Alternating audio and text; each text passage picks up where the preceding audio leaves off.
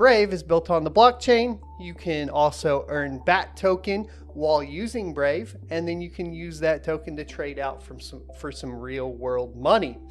Pretty awesome deal there. I highly recommend it, and its privacy tools are great, including options to access Tor straight through the browser and so on and so forth. Anyways, link will be down in the description. Check it out. It does work with all of your Chrome plugins, and the plugin we're going to be taking a look at today is going to be MetaMask. So every miner needs a wallet to store their currency. The reason I recommend MetaMask or mining to MetaMask right now is because once you get a payout, you will essentially want to go ahead and start utilizing the Ethereum that you have to make even more money. You can do this in MetaMask and Uniswap very easily. So I think it's a good step. And when you guys are ready to start learning about Uniswap and adding liquidity to tokens, let me know in the comment section below. The first thing you're going to do is just go to metamask.io and click the install MetaMask for Chrome. Alternatively, you can go straight to the MetaMask plugin page in the Chrome web store. Once there, you're going to click the Add to Brave button, or Add to Chrome if you're in Chrome, or Add to Edge if you're in Edge, and click Add Extension. Once the extension is installed, it will take you to a Get Started page. At this point, you're going to click Get Started. We're going to be creating a new wallet, so click Create a Wallet, agree, and then choose an easy password. Just kidding. Choose a difficult password. I recommend for creating passwords using a password manager. This could be anything from Kaspersky to LastPass or Dashlane. I have no preference. I currently use Kaspersky because it's built into my suite. So if you're interested in that, let me know in the comments section below. Once done, you're going to click I have read and agree to the terms of use. One more thing that you could use, which I will show you, is random.org. At random.org, you can scroll down to the password generator, make sure that you have at least 8 characters for MetaMask, and click Get Passwords. At this point, you'll be presented with a list of passwords, and this is an easy way and a free open source way without downloading any other software to generate random passwords. Next, we're going to click Create. And this is where you will get your secret key or secret words. This is for recovery of the wallet and is basically what you would use if you clicked the import wallet button and you're either moving browsers or moving machines and you just got a new machine. This is very important.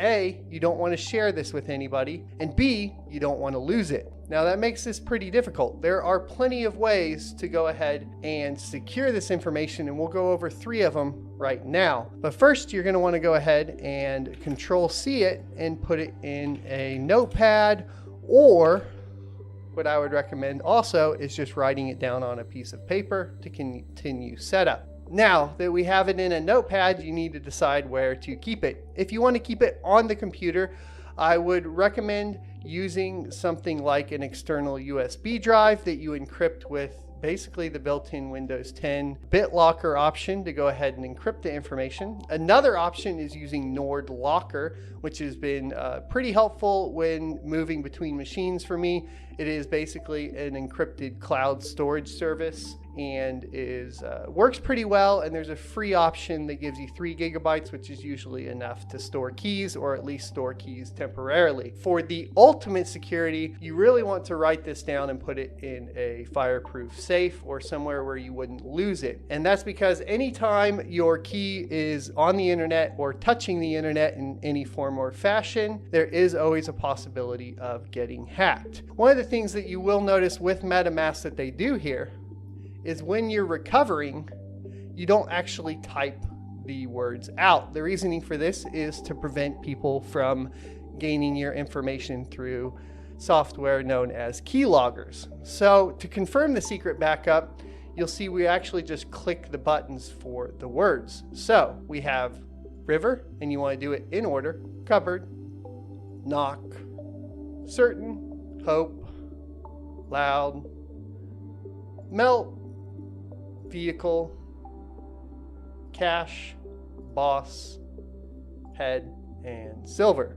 So now that we've put them all in order, we're going to click confirm and we can start using the MetaMask wallet.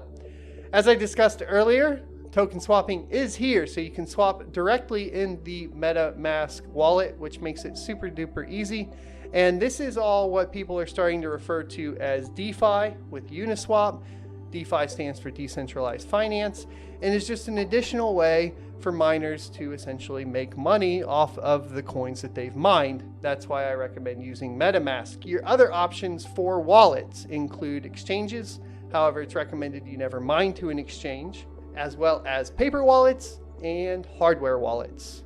All of those options are great, but for beginners, I think MetaMask is the way to go. So now that we have this, we're going to go ahead and click our account and copy it to clipboard and paste it in that notepad. That way we know this is the recovery key for this wallet.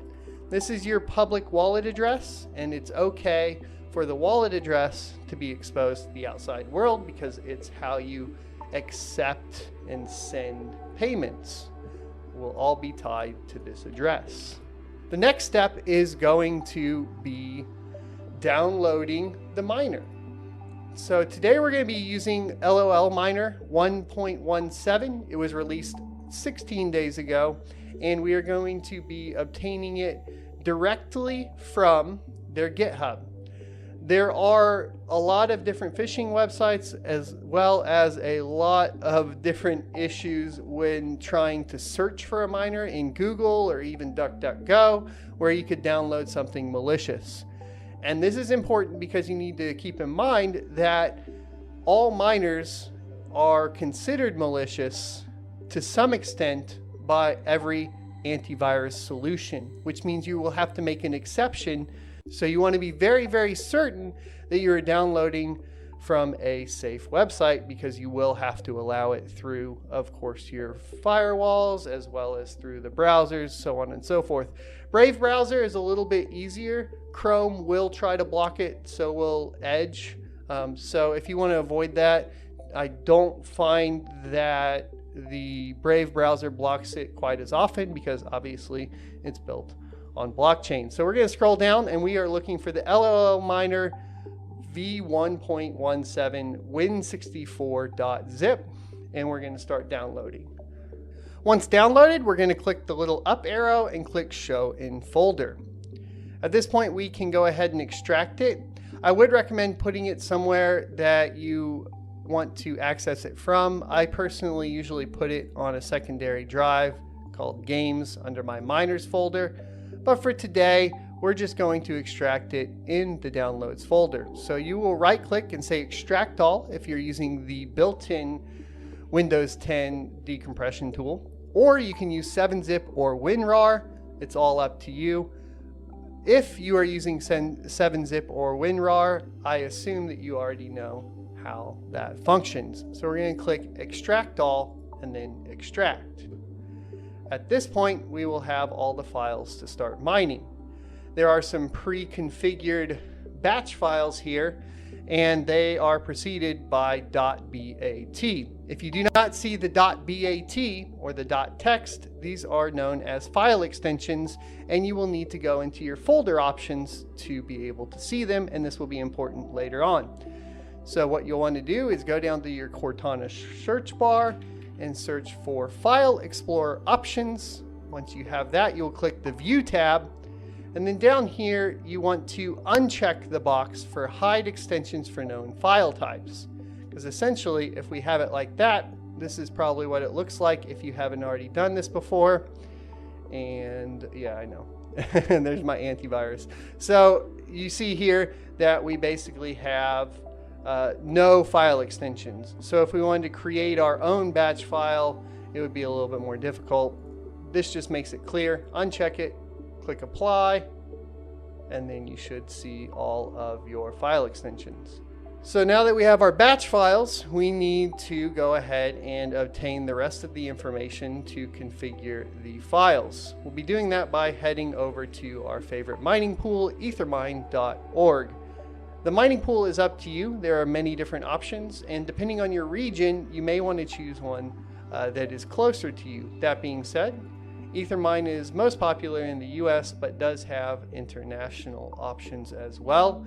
And then of course in China, you have things like Spark Pool, which would be the next largest one. And we will go over specific pools and maybe do pool reviews later on. If you're interested, let me know once again in the comment section below. So at this point, you'll just want to click the little menu button up in the top left and click the Start Mining option. And here is where you are going to find your mining server. They have options for Asia, Europe, US East, US West, and then of course the ports. You have your SSL port, your Stratum ports, and alt Stratum ports right here. We're going to be basically just modifying a pre-configured batch file from the miner that we downloaded. So we're going to go back to our file explorer. We are going to find the one that says mine ETH, and this is something we also need to talk about. Okay, so like I said, this is something we need to talk about. Your performance is going to be better on cards with over 4 gigabytes of video memory when using typically just the standard mine ETH. However, if you have a card that only has 4 gigs of video memory, you're going to want to play with the mine_ETH_4G batch file. Now, I am working on getting a 4 gig card to test with, and unfortunately the one that I thought I had was actually one of those reference RX 580s that you could flash and get the 8 gig version of. So guess what? It did have 8 gigs of VRAM on that particular card, so I don't actually have a true 4 gigabyte card to test with. So for today, we're just going to be going over the standard basic setup for mining with cards with over 4 gigs, and we'll do a how-to later on the rest. You'll want to right-click the batch file and click Edit, and this is where Windows is going to protect your PC. So you'll have to click More Info and click Run Anyway.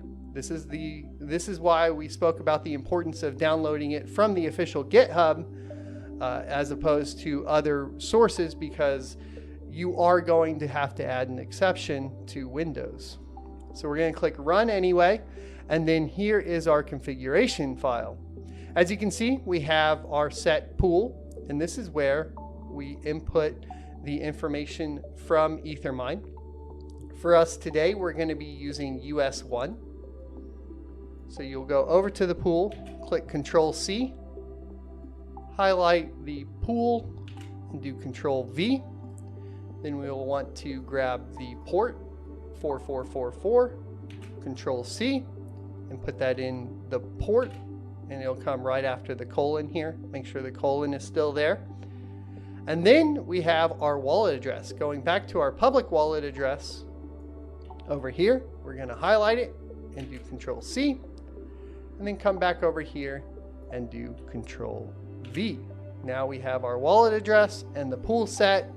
We're going to click File and Save. Once we've done that, we can go back to the folder and double click the batch file to start the miner.